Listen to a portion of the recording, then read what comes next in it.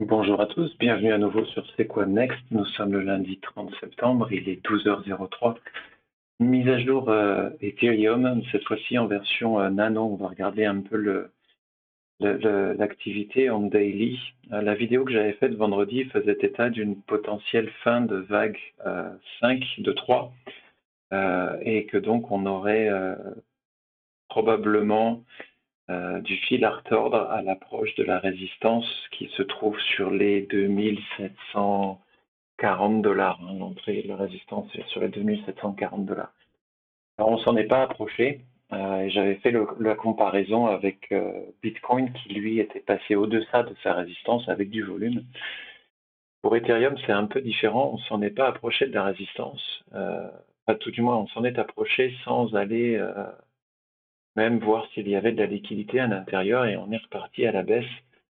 Alors il semblerait que les prix soient en train de dessiner une correction en ABC, en Expanded Flat, avec la vague B passant par-dessus le point de départ de la vague A. Et donc on est en droit de s'attendre, en respectant les principes d'Elliott, à une vague C qui passerait par-deçà le point d'arrivée de la vague A. Et ça nous donne une cible théorique des 1,236, donc sur les 2550 $. Cette vague de correction en ABC, elle semble être valide et elle marque donc la fin de la jambe haussière impulsive démarrée le 16 septembre et qui a eu pour plus haut les 2705 $.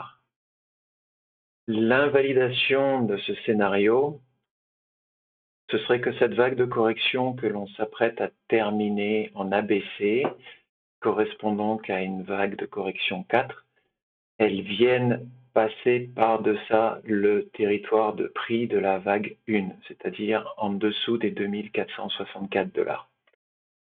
C'est une chose qui n'est pas autorisée si on s'en tient aux règles de conduite des principes d'Elliott. Donc voilà. On a quand même la résistance majeure au-dessus, 2740 à 2820 $, qui n'a pas été touchée. Je doute quand même que les prix viennent s'effondrer,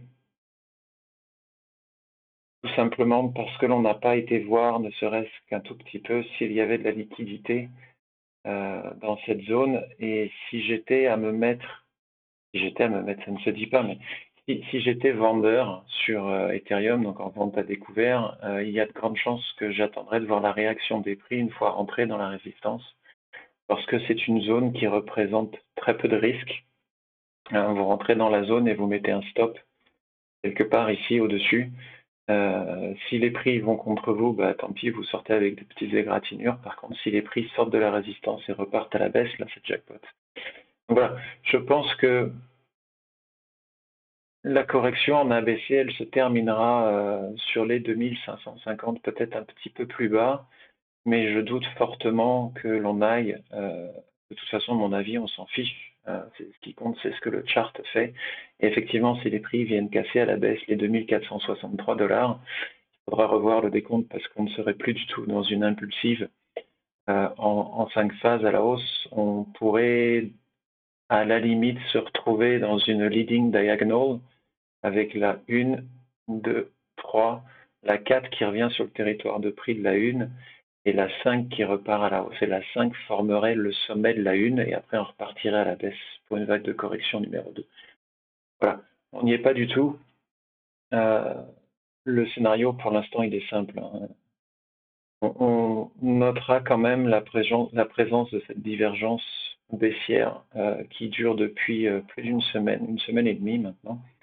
Au niveau du RSI, alors les prix sont partis à la hausse à 3 reprises, on a fait 3 pics haussiers. Par contre, le RSI il a bien fait 3 pics, mais les pics ne se sont pas surpassés les uns les autres. Donc ça, c'est un red flag qui dénote un essoufflement des acheteurs. Si on regarde par contre sur l'order flow, et notamment sur l'open interest, je vous avais dit depuis 2 ou 3 vidéos qu'il y avait une baisse de régime en ce qui concerne les ouvertures de nouvelles positions longues effectuées par les acheteurs agressifs. Les prix montaient, on faisait des plus hauts. Par contre, l'open interest, lui, ne faisait pas des plus hauts. Il avait tendance à faire des plus hauts de plus en plus bas. Donc ça, c'était un premier signe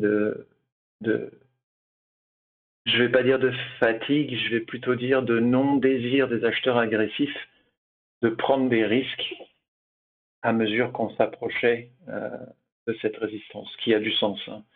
On a en général pas conseillé d'ouvrir des positions longues à l'approche d'une résistance, de la même manière qu'on n'ouvre pas des positions short à l'approche d'un support. Et il semblerait qu'il y ait un retournement de situation au niveau de l'open interest, c'est-à-dire que les vendeurs agressifs auraient repris la main. Ça se voit relativement bien. Bon, je vais essayer pas de zoomer, mais d'encadrer tout ça. Ça se voit relativement bien sur quelques bougies, notamment les grosses bougies noires. Une bougie noire avec un open interest. Là, c'est en date, on est sur du 1 heure et c'est en date du 30 septembre à 3 heures du matin, donc c'est aujourd'hui. Une bougie rouge, noire sur le chart, donc une bougie baissière avec un volume pas négligeable, avec un delta très négatif, mais avec un open interest qui remonte, ça a toutes les caractéristiques de nouvelles positions short qui sont ouvertes donc par les vendeurs agressifs. Et si vous regardez la trame de fond depuis on va dire ce week-end, vendredi, les prix sont à la baisse et l'open interest, lui, il monte.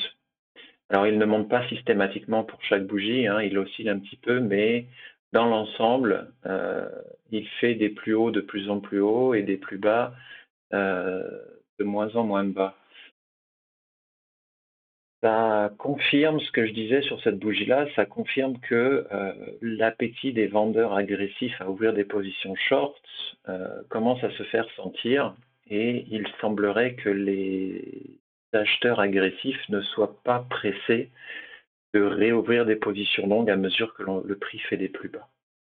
Donc est-ce que, à l'approche de cette résistance, on n'aurait pas besoin d'un flush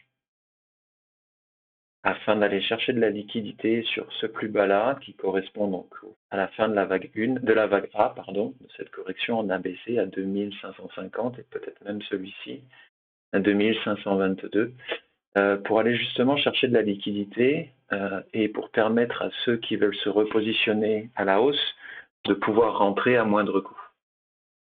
C'est une hypothèse. On surveillera l'évolution des cours, mais il semblerait que sur du nano-terme, donc du très très court terme, on ait encore de la baisse des prix à venir. Voilà. Je vous laisse avec cette vidéo, elle est terminée. Merci de l'avoir regardée jusqu'au bout. Je vous souhaite une excellente fin de journée et puis à bientôt pour une nouvelle mise à jour. Ciao.